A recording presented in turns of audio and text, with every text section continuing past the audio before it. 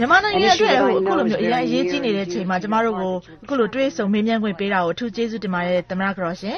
ကျမတို့အနေနဲ့ဒီကနေ့တွေးဆုံမေးမြန်းတဲ့အချိန်မှာကမ္ဘာကလည်းမြန်မာနိုင်ငံကိုအထူးအာရုံစိုက်နေတဲ့အချိန်မှာ That's right, and that's what I hope the people of Burma know.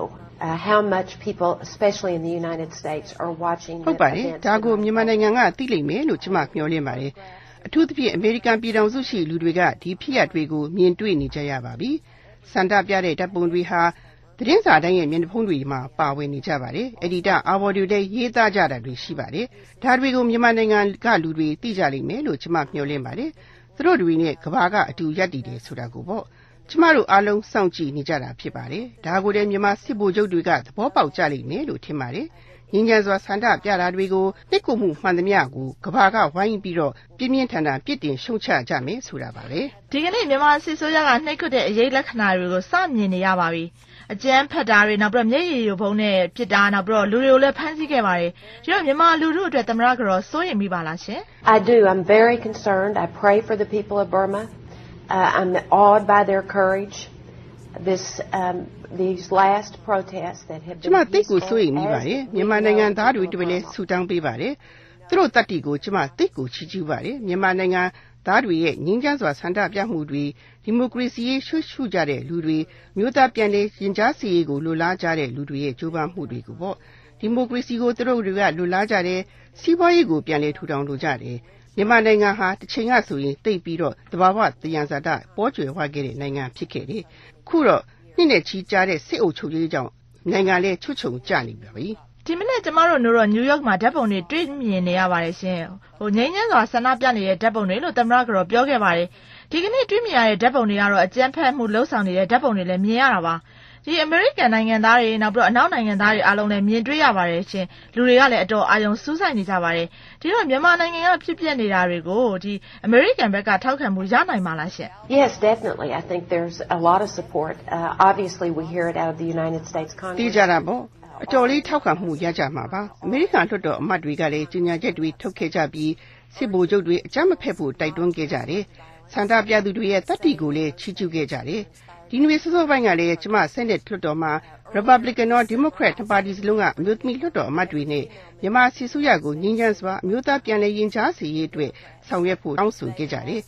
သူတို့ကမြန်မာစစ်ဆိုရကိုငြိမ်းချမ်းစွာအပြေရှာလို့စီစဉ်ကြတယ်မြို့သားပြန်လည်ရင်ကြားစေရေးအတွက်ငြင်းချစွာအခြေအတင်ဆွေးနွေးမှုကိုပြုလုပ်ဖို့တောင်းဆိုခဲ့ကြတယ်။အခုလိုမျိုးရဟန်းတန်ဃာတွေတီလာရှင်တွေဒီမြန်မာနိုင်ငံမှာအားလုံးကရှစ်ကိုကြီးညိုရတဲ့သူတွေ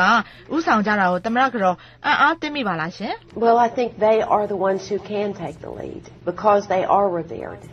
and because they're known ရဟန်းတန်ဃာတွေဥဆောင်မှုဟာသိကိုထိရောက်တယ်လို့ကျွန်မထင်ပါတယ်။မြန်မာနိုင်ငံမှာဗုဒ္ဓဘာသာရဟန်းတန်ဃာတော်တွေဟာငြင်းချမ်းရေးကိုလိုလားကြတယ်ဆိုတာကိုလူတိုင်းအသိပါ။ဒါကြောင့်ခုဆန္ဒပြပွဲမှာရဟန်းတန်ဃာတော်တွေပါဝင်မှုဟာတိတ်ကိုအရေးကြီးပါတယ်။ခုလိုကဘာကအာယုံစူးစိုက်ရတာကလည်းသူတို့အတွက်ကြောင့်ပဲဖြစ်ပါတယ်။ကျမတို့ဒီနေ့ပြောနေကြတဲ့အကြောင်းအရာတွေလည်းထွက်ပေါ်နေပါတယ်။ရဟန်းတန်ဃာတွေတီလာရှင်တွေကိုတာမန်လူတွေကဒီလက်ချင်းချိတ်ပြီးတော့အကာအကွယ်ပေးခဲ့ကြပါတယ်။ဒီရုပ်ပုံတွေမြင်ရတော့ဘလို့ထင်မိပါလဲရှင် Well, I love that image. I think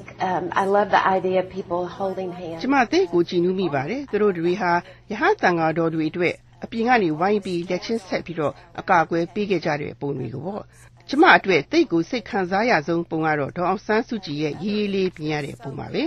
နေရင်ကျဲကျုပ်ကြခန်းနေရတဲ့သူကိုရဟန်းတန်ဃာတော်တွေကလာတွေ့တဲ့အခါမှာသူကထွက်ပြီးတော့ဖူးမြော်ခွင့်ရခဲ့တဲ့ပုံပါပဲကံအားလျော်စွာပဲသူကသူတို့ကိုထွက်ပြီးတော့တွေ့နိုင်ခဲ့တယ်လေအဲ့ဒီရုပ်ပုံကိုမြင်ရတော့ကျမတိတ်ကိုစိတ်လှုပ်ရှားမိပါတယ်ဟုတ်ပါတယ်ဒီငင်းငင်းကြီးလိုပဲစူရဒေါအောင်ဆန်းစုကြည်ကအခုဆိုရင်အထင်းချုပ်ခံနေရသေးပါပဲကမ္ဘာပေါ်မှာဖိနှိပ်ချုပ်ချယ်မှုအကြဆုံးဒီလိုနိုင်ငံတစ်ခုမှာအခုလိုမျိုးအမျိုးသမီးတဦးတိုက်ခံကောင်းဆောင်ဖြစ်နေတာအံ့ဩစရာမကောင်းလားရှင် Well, no, not really, not at all. I mean, one of the reasons I even became interested in Burma is because I learned about her and read her book Freedom from Fear. လုံးဝအံ့ဩစရာမကောင်းပါဘူးကျမမြန်မာနိုင်ငံရေးမှာပိုပြီးစိတ်ဝင်စားလာတာကလည်းသူ့အကြောင်းဖတ်မိလို့ပဲဖြစ်ပါတယ်သူ့ရဲ့ Freedom from Fear စာအုပ်ကိုကျမဖတ်ပါတယ်သူ့ရဲ့တတ္တိသူ့ရဲ့အသိဉာဏ်သူ့ရဲ့ဆွန့်လွတ်မှုအကြောင်းကိုကြားသိလာရတယ်။ကင်ဆာရောဂါဖြစ်နေတဲ့ခင်မွန်းကိုလည်းဒီကနေ့တောင်မှသူဟာသွားတွေ့ခွင့်မရခဲ့ဘူး။သူခင်မွန်းဟာမြန်မာပြည်ကိုလည်းလာခွင့်မရခဲ့ဘူး။သူထွက်သွားခင်ပြန်လာခွင့်ရမှာမဟုတ်ဘူးလို့သူသိတဲ့အတွက်ကြောင့်ပဲဖြစ်ပါတယ်။ပြီးခဲ့တဲ့16နှစ်တာကာလအတော်များများမှလည်းသူကထိမ့်သိမ်းခြင်းခံခဲ့ရပါတယ်။ ဒါဟာသူ့ရဲ့ဆွန့်လွတ်မှုတွေပါပဲမြန်မာပြည်သူတွေအတွက်ဆွန့်လွတ်ခဲ့တာတွေပါဒီနေ့မှာမြန်မာပြည်သူတွေအတွက်ဒီမိုကရေစီနိုင်ငံထူထောင်နိုင်ဖို့တာယာဝါပြောနိုင်ဖို့အတွက်သူမျှော်လင့်ချက်တွေနဲ့လှုပ်ဆောင်နေတာဖြစ်ပါတယ်မြန်မာနိုင်ငံကိုဘာကြောင့်စိတ်ဝင်စားပါသလဲရှင်သမရကတော်တိုင်းကအရေးကိစ္စတစ်ခုကိုစိတ်ဝင်စားဆောင်ရွက်တတ်ကြပါတယ်ပြည်ပလူ့အခွင့်အရေးကိစ္စဘာညာပေါ့လေအခု Mrs. Bush အနေနဲ့ကတော့ဒေါ်ဆန်းစုကြည်အကြောင်းတွေပြောနေတော့ပုဂ္ဂိုလ်ရေးအကြောင်းကြီးတစ်ခုရှိနေပါလားရှင် Well, I have a cousin who is an active ကျမရဲ့ညီမဝင်းခွဲတော်သူတူလေးရှိပါတယ်သူကမြန်မာရေးကိုတက်တက်ကြွကြွဆောင်ရွက်ပေးနေပါတယ်သူ့ကြောင့်လည်းစိတ်ဝင်စားလာတာလည်းဖြစ်ပါတယ်ဒါပေမဲ့ကျမတကယ်ကိုစိတ်ဝင်စားလာတာကတော့စက်တင်ဘာလ17ရက်နေ့နောက်ပိုင်းအာဖဂန်နစ္စတန်ကအမျိုးသမီးတွေရဲ့ဘဝအကြောင်းလေ့လာရင်းဖြစ်ပါတယ်အာဖဂန်နစ္စတန်ကတခြားကျန်နိုင်ငံတွေကအမျိုးသမီးတွေရဲ့အခြေအနေအကြောင်းတွေကိုလည်းကျမစိတ်ဝင်စားလာမိပါတယ်ဘယ်နိုင်ငံမှာမဆိုယောက်ျားရောမိန်းမတွေပါပူပေါင်းဆောင်ရွက်ခွင့်ရှိမှအောင်မြင်တဲ့လူအဖွဲ့အစည်းဖြစ်နိုင်မယ်လို့ကျမယုံကြည်ပါတယ်အဲ့ဒီနောက်ပိုင်းမှာကျမဟာဒေါ်အောင်ဆန်းစုကြည်နဲ့မြန်မာနိုင်ငံအကြောင်းကိုစိတ်ဝင်စားလာတာပဲဖြစ်ပါတယ်ရှင်အခုဆိုရင်တင်းမာမှုတွေဖြစ်လာမဲ့အခြေအနေတွေကိုကြားလာမြင်လာနေရပါပြီဒီလိုရင်ဆိုင်တွေးမှုတွေကတစင်ဘာလန်တိုင်းပြိုကွဲကြသွားရတဲ့အောင်ပွဲတွေလည်းကမ္ဘာမှာရှိခဲ့ဘူးပါတယ်အခုမြန်မာနိုင်ငံမှာရောအောင်မြင်မှုရနိုင်မယ်လို့မျှော်လင့်ပါလားရှင် There is hope. Absolutely there's hope for Burma and I think that is one of the feelings that မျှော်လင့်ချက်ရှိပါတယ်လုံးဝမျှော်လင့်ချက်ရှိပါတယ်ဒီမျှော်လင့်ချက်ဟာလူတိုင်းရဲ့ရင်ထဲမှာရှိကြပါတယ်အင်မတန်ရင်တမမနဲ့ထားရှိနေတဲ့မျှော်လင့်ချက်ပါခုတော့မြန်မာပြည်သူတွေဟာစာမျက်နှာအသစ်ကိုလှန်လိုက်ကြပါပြီသူတို့ဟာငါတို့အဖိနှိပ်မခံတော့ဘူးလို့ဆုံးဖြတ်ခဲ့ကြတယ်ဆက်လက်ပြီးလဲတက်ကြမယ်လို့ဆုံးဖြတ်ခဲ့ကြတယ်တန်ဃာတော်တွေလူထုရှိမှရပ်တည်ပြီးလမ်းမပေါ်ထွက်နေကြပါပြီစီးပွားရေးသမားတွေကျောင်းသားတွေအလွှာစုံကလူတွေပါဝင်လာကြပါပြီဒီနေရာမှာကျမအနေနဲ့လက်နက်ကိုင်းတဲ့စစ်သားတွေကိုပြောချင်တာကတော့ကိုယ့်ပြည်သူတွေကိုမပစ်ကြပါနဲ့ကိုယ့်အင်းကြီးချင်းတွေကိုမပစ်ကြပါနဲ့ဒီလှုပ်ရှားမှုမှာပူးပေါင်းပါဝင်ကြပါဒါမှမြန်မာနိုင်ငံဟာကြံကဘာထဲမှာဝင်ဆနိုင်မှာပါဒီမိုကရေစီနိုင်ငံဖြစ်လာမှာပါမြန်မာစစ်ဆိုးရဟာထင်ရဆိုင်နေတဲ့အစိုးရပါအဲ့ဒါဘယ်လိုလုပ်ပြီးတော့အဲ့ဒီအစိုးရမျိုးကိုဖိအားပေးနိုင်မလဲရှင် Well they don't seem to care certainly and they are very very isolated even moving the capital to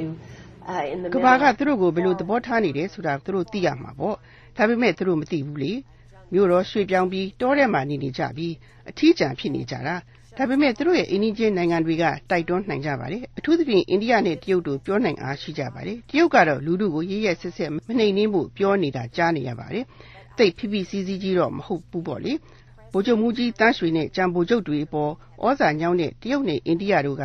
သူတို့ဟာစစ်ဆိုးရနဲ့စီးပွားရေးတွေလုပ်နေကြသလိုတောင်အာဖရိကမှာတုန်းကလိုပဲပြုပြင်ပြောင်းလဲရေးအတွက်ဖိအားပေးဖို့မျှော်လင့်ပါတယ်ဒေါ်အောင်ဆန်းစုကြည်ပါဝင်နိုင်ငံရေးအကျဉ်းသားတွေလွှတ်ပေးဖို့တောင်းဆိုမပေးကြပါဘူးမြန်မာပြည်သူတွေတိုင်းပြည်ကိုပြန်လည်ထူထောင်ခွင့်ရကြပါစေစစ်ဆိုးရတက်လာကလေးကတိုင်းပြည်ဆုပ်ယုပ်ခဲ့တာပါစီးပွားရေးလည်းဆုပ်ယုပ်လာခဲ့ပါတယ်တကယ်လို့အကျန်းဖတ်မှုတွေရှိလာမယ်ဒါမှမဟုတ်ရင်လည်းတနက်အားကိုးနဲ့ပဲဖြစ်ဖြစ်ငြိမ်းချမ်းရေးနဲ့ပဲဖြစ်ဖြစ်ပြောင်းလဲတွေရှိလာမယ်ဆိုရင်ရောတခြားပြဿနာတွေကိုနိုင်ငံတကာကကယ်ဆယ်ရေးအကူအညီတွေပေးဖို့လိုလိုလားလားဆန္ဒတွေရှိပါမလားရှင်ဘာလို့လဲဆိုတော့ကျန်းမာရေးပညာရေးအခြေအနေတွေကလည်းတော်တော်ဆိုးနေတယ်လေ That's right and even many international health groups that are ဒါဟာမှန်ပါတယ်နိုင်ငံတကာအစိုးရမဟုတ်တဲ့အဖွဲ့အစည်းတွေအများပြားရှိပေမဲ့မြန်မာနိုင်ငံထဲမှာတော့မရှိဘူးလေဘာဖြစ်လို့လဲဆိုတော့တချို့ကလည်းအစိုးရကလိုအပ်သူတွေကိုအကူအညီပေးဖို့လုပ်ကိုင်းတာတွေကိုခွင့်မပြုလို့စိတ်ပြက်ကုန်တာဒါမှမဟုတ်ရင်လည်းအစိုးရနဲ့တွေ့ဆုံဆွေးနွေးခွင့်မရတာတွေပါနိုင်ငံတကာကြစ်ချင်ဤအဖွဲ့ဆိုရင်လည်းလုံရုပ်လို့စင်မဟုတ်ပဲမြန်မာနိုင်ငံမှာသူတို့လုတ်ကိုင်းနေရတဲ့အခက်အခဲတွေကိုကြေညာချက်ထုတ်ပြီးအစိုးရရဲ့လုပ်ပုံကိုင်မှုတွေကသိခံနိုင်စရာမရှိဘူးသူတို့အနေနဲ့ကျန်းမာရေးလိုအပ်ချက်တွေကိုလည်းဖြည့်ဆည်းမပေးနိုင်ဘူးဆိုပြီးပြောခဲ့ပါတယ် AIDS ယောဂညက်ဖျားယောဂအဆုတ်ယောဂတွေအတွက်အကူအညီပေးမဲ့ Global Fund ဆိုရင်လည်းသူတို့လိုအပ်တဲ့လူနာတွေကိုကူညီစောင့်ရှောက်ရမှာအခက်အခဲကြုံနေရပါတယ်ဟုတ်ပါတယ်ဒီလိုနိုင်ငံတကာအဖွဲ့အစည်းတွေကမ္ဘာ့စားနပ်ရိက္ခာအဖွဲ့ကြီးတို့လိုအားလုံးအနေနဲ့လိုအပ်ချက်တွေကိုဖြည့်ဆည်းပေးနိုင်မှုအကူအညီတွေထောက်ပံ့ပေးနိုင်သွားရမှာဖြစ်ပါတယ်ဒါပေမဲ့လို့လေဒီလိုကာလကြာရှည်ယိုယွင်းနေတဲ့အခြေအနေတွေကိုနေချင်းညာချင်းဖြည့်ရှင်းဖို့တော့လွယ်မလားမေးရင်တော့မလွယ်ပါဘူးရှင်